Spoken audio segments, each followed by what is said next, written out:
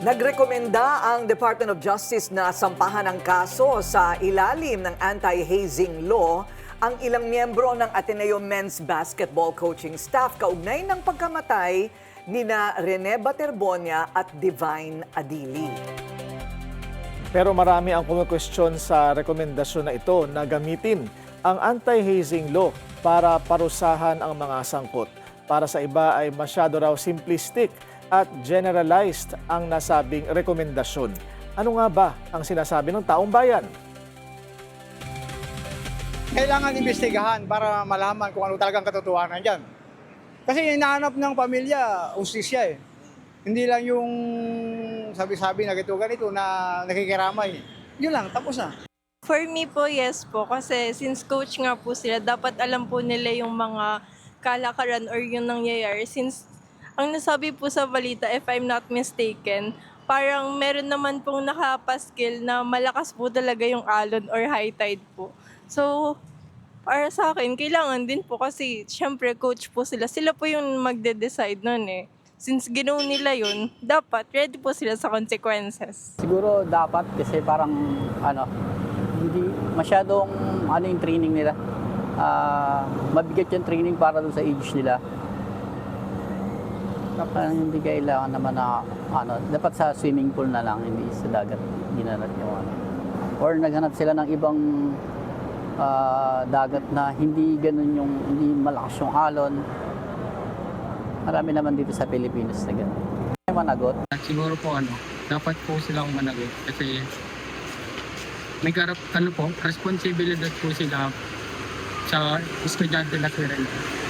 Pagkat doon po siya nag-aaral at ayun po, doon din siya nasabay dahil sa university nila.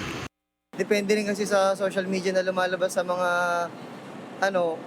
sinasabi nila kasi mahirap magbigay ng sariling opinion lalo kung wala namang tunay na ebidensya. Pero kung talagang kung may pananagutan ng Ateneo dito, siguro kailangan na nilang umamin na lang para wala na ring mahabang kahit tulong na lang din dun sa sa pamilya ni Rene, kung sakaling totoo man na may sala sila, umamin na lang. Pero kung wala naman sila talagang kasalanan, wala naman dapat talagang managot. Kasi wala naman may gusto mangyari na may masaktan na madisgrasya sa ganung sitwasyon eh. Hindi naman ginusto yung nangyari. Okay lang yan.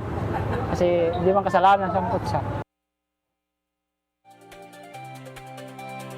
Ayan ang sabi nila. Kasi nga iba-iba pero talagang mas nangingibabaw yung awa doon sa pamilya.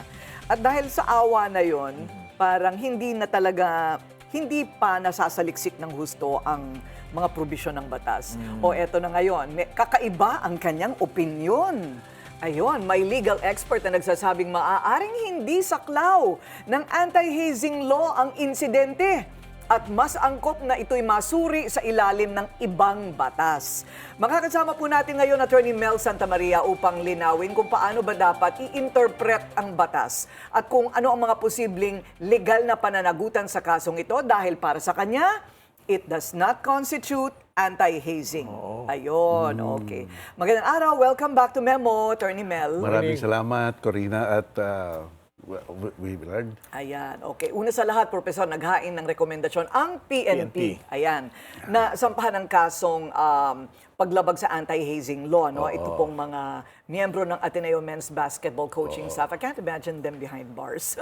So, sa tingin po ninyo, sapat ang mga sirkumstansya para sabihin na ito ay paglabag sa anti-hazing law? Para sabihin natin lumalabag sa anti-hazing law, dapat natin malaman kung ano ang definisyon ng hazing sa ilalim ng batas. Kasi hindi lang ito yung simpleng panununtok sa isang tao, sa isang grupo.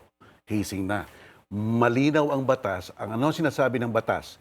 Anumang gawain na nagdudulot ng physical o psychological na pagdurusa, pagsugat o yung kapinsalaan na pinataw sa isang neophyte, aplikante, sa isang initiation para ma-accept o manatili sa isang fraternity, sorority at organisasyon ay maaaring magdusa sa ilalim ng anti-hazing law. So ang tingnan natin mabuti yung batas, no? Sabi fraternity, sorority at organisasyon. Basketball team, hindi fraternity. Sorority, hindi fraternity. Pero napakalawak ng organisasyon. So, kasama ba ang isang basketball team sa organisasyon? Para sa akin, hindi. Kasi may alituntunin sa ating batas na kung may nakalista at sa huli, general term, dapat kaanyo nung general term yung mga naunang mga salita. So halimbawa ganito, sa batas na kalagay, mango, apple, grape, and others. Yung others hindi pwedeng cabbage. Kasi hindi fruit. Okay, hindi kasama. Oo, dapat mango, grape, orange, or pwedeng pineapple kasi fruit yon. So ibig sabihin, dapat katugma nung mga unang mga nakalista. So meaning a basketball team is not like, say, duly registered? Eksakto ka, Oo. Corina. Sapagkat nakalagay sa batas, ang mga sorority at fraternity pwede na namang mag-exist independently. Kung gusto nilang ma-recognize, magre-register sila. Pero ang basketball team is a school team. Hindi mo na kailangan mag-register. So, ibig sabihin, nakikita na natin ang kaibahan. Hindi ito saklaw sa napakalawak na katagang organisasyon. At saka sabi ng batas, pagpapataw. Sa Ingles, mas eksakto infliction. Infliction of harm, suffering, and injury. At nagbigay ng mga example ang batas. Beating, paddling, whipping, branding, yung upos ng sigarilyo, minamarkahan ka. O kaya yung pagpuwersang pagkain ng mga pagkain o droga o gamot o intentionally or unintentionally yung mga silly things na pinagagawa para mapahiya, maabuso, o kaya maipababa ang pagkatao. Hindi kasama ang swimming. Hindi kasama. Nakikita mo, may diwa kasi yung yung batas Ang diwa ng batas, gusto kitang saktan. Kaya lang ayaw mo, pero dapat tanggapin mo. Pero ito, training ito. So, kasi yung batas, sa lahat ng criminal law kasi, kung malawak ang pagtingin natin sa criminal law, baka lahat pumasok na dyan. Isipin mo lang, Corina, Willard. Yung mga nag-o-audition sa isang choir grupo yan. Mag-o-audition ka, pakakantahin ka sa pinakamataas mong pitch para malaman kung tenor, soprano o bass ka. Minsan sa taas ng pitch mo, ang sakit na ng iyong laig. Minsan nagdudugo pa. Ano yan, hazing? Kasi nga, kung malawak ang tingin mo dito, kung ang choir kasama doon sa katagang organisasyon, lahat na lang papasok dyan. Kahit beauty contest. Eksakto ka, Ang Corina. beauty contest, ang dami nagre-reklamo sa pahirap Tama Hindi ka. ba? So dapat okay. bakitid ang iyong interpretasyon na isang criminal law. Kaya napakasas. Kita mo ngayon, pati yung mga utility boys, nasangkot. Wala naman silang ginagawa. Iyan ang delikado sa pagmi-misinterpret ng anti-hazing law. Ang mga ilang inosenteng tao, baka ma-ensnare. Ibig sabihin, masangkot. Kumukha yung mga utility boys. Ano naman, naghihintay lang sila para utusan magbigay ng Kasama tubig. po ba sila doon sa 10? Oo. Utility boy? Dalawang Yes. utility boys. Tapos Dalawa. meron pang isang physical therapist. Sinama rin. Tapos dalawang student managers. Yes. Kasi sabi rin sa anti-hazing law, mere presence in that event, whether you are a member or not, will make you or will be presumed as participating. Maliban na lang kung mapatunayan na pinigilan mo. Baka Okay. pati driver ng bus, makasama kung may bus silang ginamit. So, hindi pwedeng malawak ang tingin natin sa anti-hazing law. Pero hindi natin sinasabi, Corina, Willard, na hindi mananagot.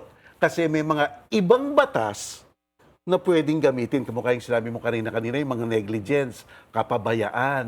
Yan, meron yan. Criminal negligence, reckless imprudence resulting to death, physical injury, homicide. May mga gano'n naman. May ganon. So yun ang mga dapat ikaso, sir. Instead. Sa tingin ko, kung meron mang ikakaso, ang pinakamalapit na dyan, yung kapabayaan. Kasi unang-una, hindi naman talaga nilalayan o ini-intensyon na papatayin sila. Correct. Di ba? Oo. Oo Hindi naman. ng intensyon. Kung homicide yan, murder. Kaya lang, sa mga ginawa nila na hindi sila medyo prudent, na inimbestiga muna ang sitwasyon ng lugar, may namatay. So, yun ang tinatawag nating negligence, kapabayaan. Kumbaga, it could have been avoided. Oho. Oo, Yes. no? Pero di naman nila sinadya na yan ay mangyari. Tama ka doon, Corina. That's the right word. It could have been avoided. Kasi sa hazing, it is not avoided. It is done. Yeah, it is inflicted. It is inflicted. Yung negligence, it could have been avoided. Hindi yung papasok sa anti-hazing law. That's the spirit of the law. Ayun. Okay, but, okay, go At ahead. sino-sino ang mga dapat, kumbaga, rekasuhan Sa sa mga anti-hazing. Yes. Or dito, kung halimbawa, matuloy man ang negligence, hindi sa Okay. anti-hazing. Negligence, you deal with the actors only. Kasi ang negligence, kapabayaan eh. So yung punto ng conspiracy, walang nagko-conspire sa mga kapabayaan. Kasi hindi ko naman alam na magiging pabaya ka eh. Ang conspira kasi alam mo na gagawin mo yung iba. So ang criminal negligence, kung sino lang ang pabaya. Pwede coach, pwede yung mga staff na hindi nag-inspect ng lugar. Yun ang negligence. Pero itong anti-hazing, ito nga yung ensnaring. Na kung nandoon ka at wala kang ginawa, whether member ka o hindi, sapo ka. Kuha ka. Kaya yung mga utility boys, kawawa naman. Nasangkot. Pero it goes all the way up. Yung kanilang inquiry ba, nakakatawa pati nga si Manny Pangilinan na financier lang nung grupo, supporter, pinatatawag, di ba? Iyon ang kahalagan, Corina, na dapat alam natin ang batas. Kasi nasa batas ang limit kung sino isasangkot mo. Di ba? Hanggang coach lang o hanggang presidente lang. Ganun lang yun. Makikita mo rin yun sa batas. So, but, okay, so let's say criminal negligence. It's bailable. Oo, it's bailable. It is It's bailable. bailable. Oo. So, yung sinasabi po na kapabayaan, sabihin na natin kapabayaan, what would constitute that? Yung alam nila na delikado yung tubig, tinuloy pa rin. Yung hindi pag-iimbestiga. Okay. Oo, kasi kung meron na silang mga kamukha may nasasabing may experience na eh. 'Di ba? Kung hindi mo nagre-investigate na baka maaaring mangyari ulit, ganon, may konting negligence o malaking negligence depende sa ebidensya. May ganun pala talaga, Willard, na kahit ang laki na ng katawan mo, magaling ka mag-swimming, kung ganyan talaga yung mga alon, pwede talagang mangyari. That might be possible. I guess they will have to consult like an expert in, I don't know, the movement of water. Correct. Or climate. Oo, kasi meron mga tinatawag na rogue waves. Yes. Yung bigla na lang, ang laki pala ng alon, Yes. dumating. O kaya yung mga rip waves sa ilalim, yung Yes. undercurrent. Oo. Pero kung tinitignan mo sa harapan, parang matahimik naman yung tubig. Diba? Yung pala may riptide sa ilalim. Hihilahin ka talaga. Hihilahin ka talaga. Kasi ang tanong din, bakit yung iba hindi naman nagkaganon? No? So, ibig sabihin, hindi naman silang lahat ay namiligro. Nagkataon na punta siguro yung dalawa. Siguro lang, doon sa lugar na medyo Pinakamalakas. mapanganib. Na current. Yes. So, pwede palang mangyari yon. So, beach exercises per se is not negligence.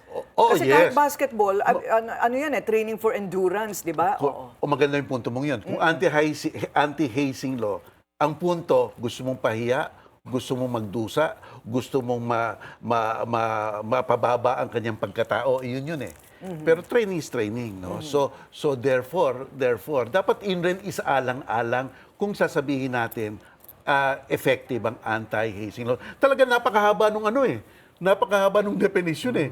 At sabi sa criminal law, lahat ng elemento ng krimen dapat mapatunayan.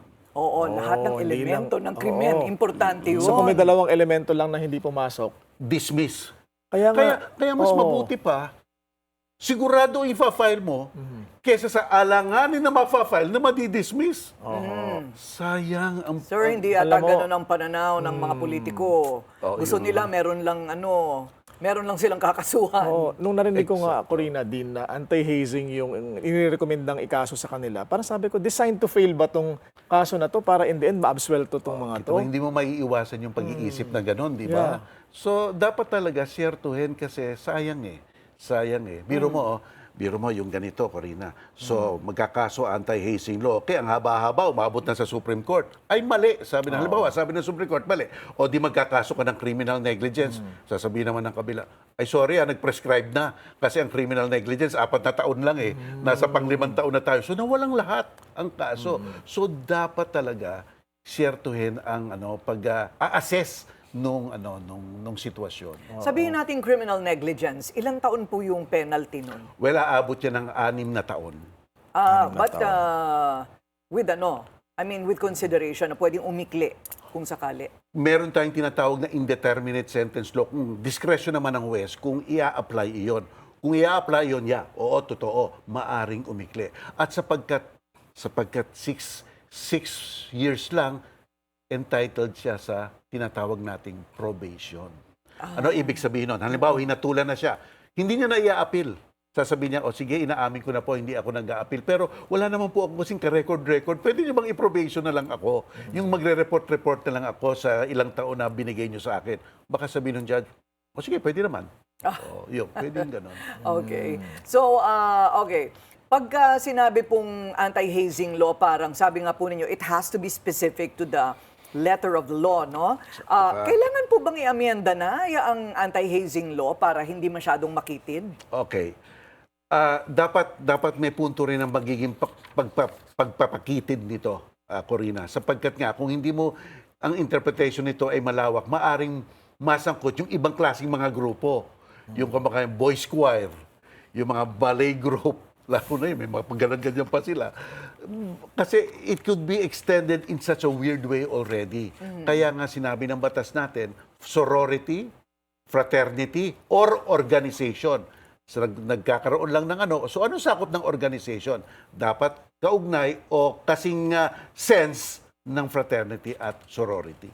Tsaka din, itong recommendation pa lang naman, pwede pa nila itong baguhin, sir, sa stage na ito. Pwede pa naman. Pwede pa naman. Kasi ito na nga, mga DOJ, mga abogado na yan, di ba? So, sana suriin lang nila mas malalim. Iyon, man. Hindi naman natin sinasabing tanggalin, pero suriin mas malalim ang epekto ng anti-hazing law. Naku, meron pa tayong susundan na naman na bagong kaso. Hindi ba? Kasi pwede maging president eh. Hindi ba? So mga darating pang panahon, yung ganyan, pwedeng gawa ng issue, parang sayang din yung oras ng tao kung hindi naman. Meantime, syempre, kami po'y nagpapaabot ng aming simpatya sa lahat po ng mga mahal sa buhay ng dalawang atletang ito. Talagang nakakalungkot naman talaga, sobra, hindi ba? So, tingnan natin, ano ba ang sinasabi ngayon ng ating mga tagapanood sa ating usapin? Naku, ewan ko lang, kayo po ba hindi pa kinukuha ng depensa? Ay, hindi naman. Saka 69 years old na ako, yung pressure ng litigation natapos na sa akin. Ay, ganon po ba? Din, sa mga, halimbawa, Corina, university officials kaya, sino sa kanila ang posibleng may pananagutan? Sa criminal negligence, maaaring hindi umabot sa kanila. Kasi ang criminal negligence, actors lang. Okay? Doon sa anti-hazing law, provided that the sorority or fraternity or organization is registered, kung may kapabayaan sila na hindi nila na-monitor, aabot yan sa presidente. Okay. Kasi, Kasi Pero damages lang siguro yung mga Okay. Kasi halimbawa may university official na aware doon sa team building activity at walang ginawa, halimbawa, para questionin or kailangan ba yan? Alamin, ano ba ang sitwasyon dyan? Delikado ba yan? Huwag panganib. Maaari ho ba silang kumaga Well, maisama? dapat you have to assess also kasi baka nung mga nakaraang mga taon, ang tingin niya talaga sa team building, team building lang.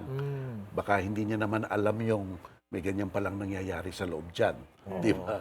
Yun. How is this different from the Lenny Villa case? You remember? Yung itong anti-hazing law, It's ito ang because of- product ng Lenny Villa. Yes. Para ito nga ang epekto ng Lenny Villa. Yung Lenny Villa talagang hazing yon talaga, yung pinadel, di ba? According to the Supreme Court decision, pinadel siya ng itim ang hita at yung palang pagpapaitim ng hita na sinyal na yon na yung kidney mo Ay.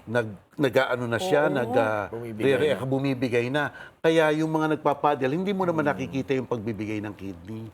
So therefore yun, namatay nga Kawawa naman si Lenny Villa at pamilya niya. At ito rin, kawawa rin naman itong mga magulang ng mga namatay sa Ateneo players. No? Kaya dapat justice must be served talaga. Oo. Lenny was a law student. Yes. So, pero iisipin mo, bakit Ateneo ulit? Hindi ba? Parang kawawa din naman yung mga alumni ng Ateneo. They kind of feel bad about what's going on. Hindi ba? Pero well, lahat naman talaga kasi tatamaan. Kahit paano hindi natin maiiwasan. So, bakit po si DILG Secretary John Vic Remulla ang humaharap dito? Dahil as the head of the PNP? kumbaga, overall head ng PNP, CIDG. Kasi Okay. normally, yung departamentong yan, nasa ilalim nila ang PNP. I see. At Okay. CIDG. Inaanyayahan po namin ang lahat para magbigay po ng komento. Ano po, dito po sa aming pinag-uusapan. Babasahin po namin ang inyong mga komento at susubukan po natin syempreng sagutin. Ayun. Kung gusto nyo lang mag-rant, pwede rin po. Paano Kung gusto sila nyo rin ako magpapadala? i-troll, okay rin. Naku, Kung gusto sanay rin na sanay na si i-troll. Dean sa atake at putakti ng troll. No? Kaya nga, bigyan nyo kami ng detalye para masabi natin kung paano sila magpapadala. Facebook yata ano? At YouTube Live pwede And rin. YouTube Live, ayan, pwede kayo magbigay Comment ng section. inyong mga opinion. Okay. Naku, maraming salamat po, sir. These are, maganda rin marinig natin kabilang panig, ano? Na, syempre, batas pa rin ang mananaig. Maraming salamat po sa inyong oras, Attorney Mel Santa Maria. Maraming salamat sa Thank you, inyo. Dean.